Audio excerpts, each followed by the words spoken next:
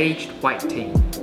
It's become a pretty popular style of tea amongst tea aficionados, with many swearing that it's the best thing ever.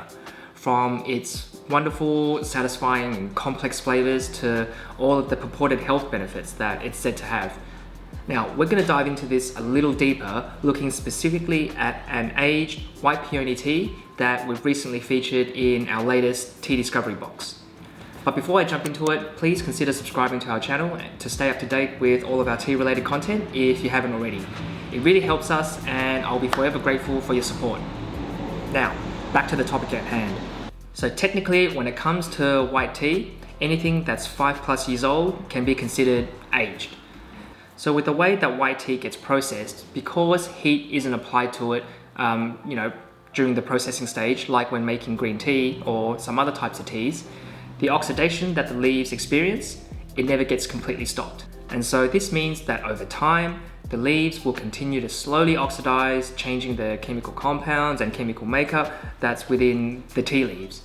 And so I think this, at its most basic explanation, I think this is what happens when white tea ages.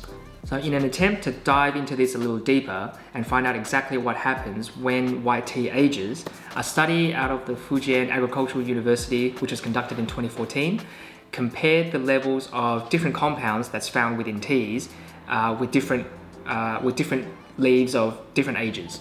So they took fresh white tea leaves and compared them to a 1-year-old tea, a 3-year-old tea, and a 20-year-old white tea. So what I found was that for most of the compounds, such as polyphenols, caffeine, and amino acids, the levels of each were reducing as time went on. Interestingly, however, the levels of flavonoids increased as time went on.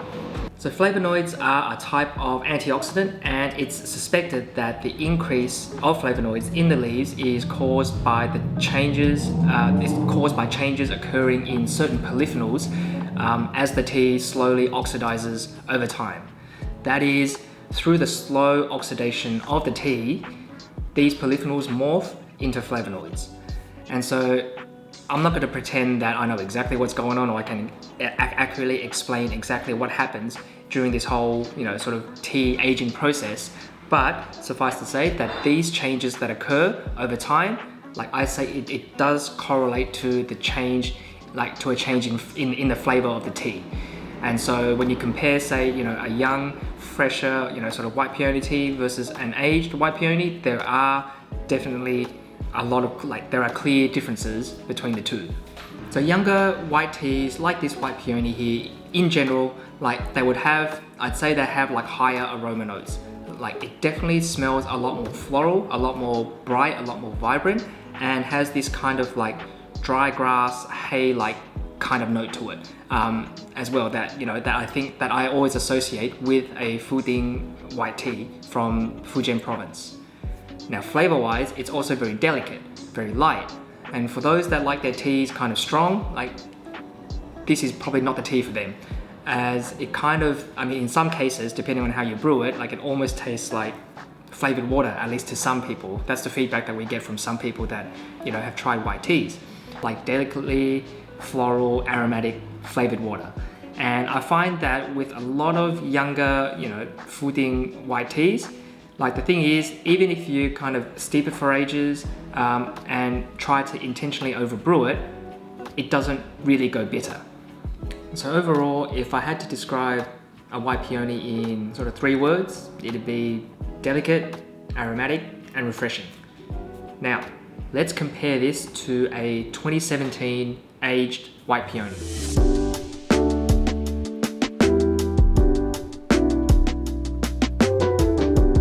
So it's still an aromatic tea, though the aromas don't seem to soar as high as the younger version. The floral and the dry grass notes are still there, but they're not as apparent. It seems like those notes have been replaced with something that seems a little sweeter, almost sugar-like. And as for the flavor of this tea, it is indeed richer and overall sweeter as well. There's this rich, sweet, jam-like flavor with just that hint of dry grass, that hay-like flavor that's there just to remind you that this is indeed a white tea from Fuding.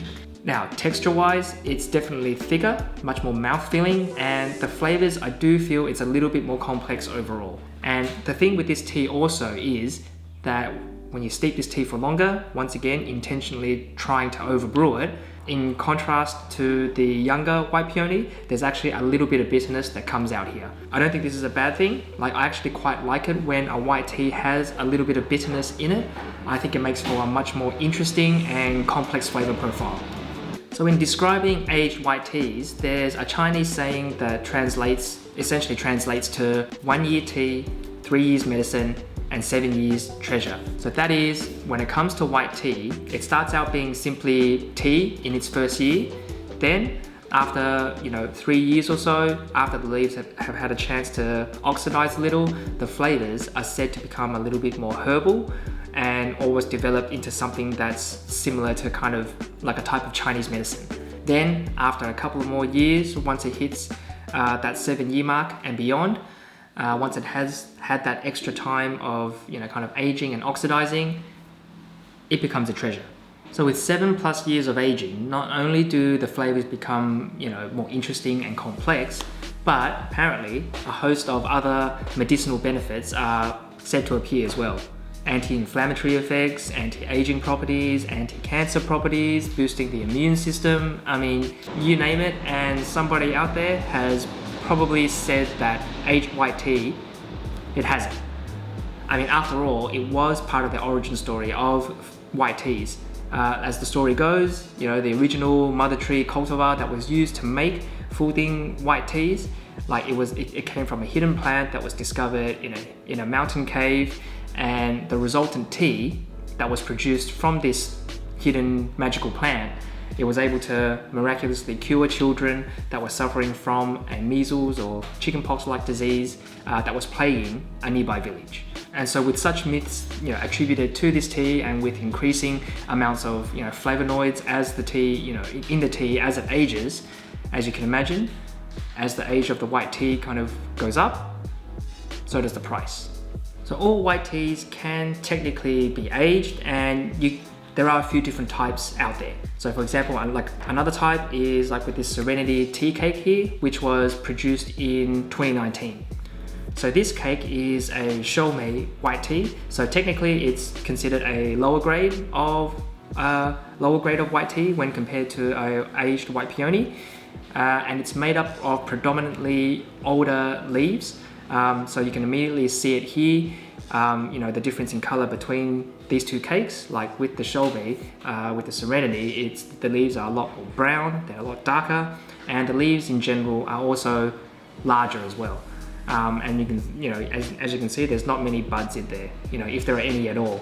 And the leaves kind of feel a little bit rougher. So compare this to the aged white peony, which is, as you can see, it's a little greener. Like, it's not a bright, vibrant green that you get from a green tea, but it's not completely like dark and brown either. And you can kind of also see, as you look through the cake, some buds throughout the cake as well. So flavor-wise, the 2019 Serenity, the Shoumei, has some nice sweetness to it, and a nice sort of thick mouthfeel as well. Aromas aren't quite as high and apparent as the aged white peony, but the flavors are still quite nice and quite sweet. Now, when we compare this to the aged white peony, so this one, it does have more it does have more depth to it. Like, the flavors seem to last longer on the palate, and just overall, the tea feels thicker, and the overall flavor just feels more, it just feels a little bit more complex as well.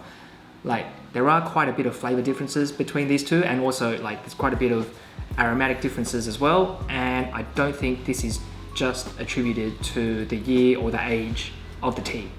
And another interesting thing that many tea aficionados would swear by is that aged white teas it's the tea that guarantees without fail it can get them tea drunk. Given the study from the Fujian Agricultural University, like, I'm guessing, and trying to correlate the two, like these anecdotal stories from tea lovers and this study, I'm guessing that it could be because, it could be because of the increased levels of flavonoids that are within the tea that, I guess, results in that sort of feeling of being tea drunk. At least there's a bit of a correlation. there between the two. And I guess my thinking is that the higher the levels of flavonoids, the easier it is to get tea drunk. Maybe. I mean, there's probably more to it than that, but I guess that's what I can see for now.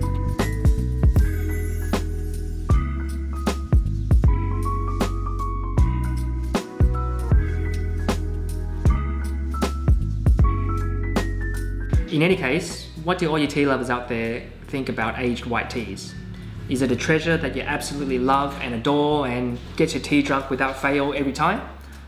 Or do you prefer your teas to taste more like, well, tea as opposed to Chinese herbal medicines? Let us know in the comments below, and don't forget to like and subscribe if you haven't already. See you guys in the next video. Bye.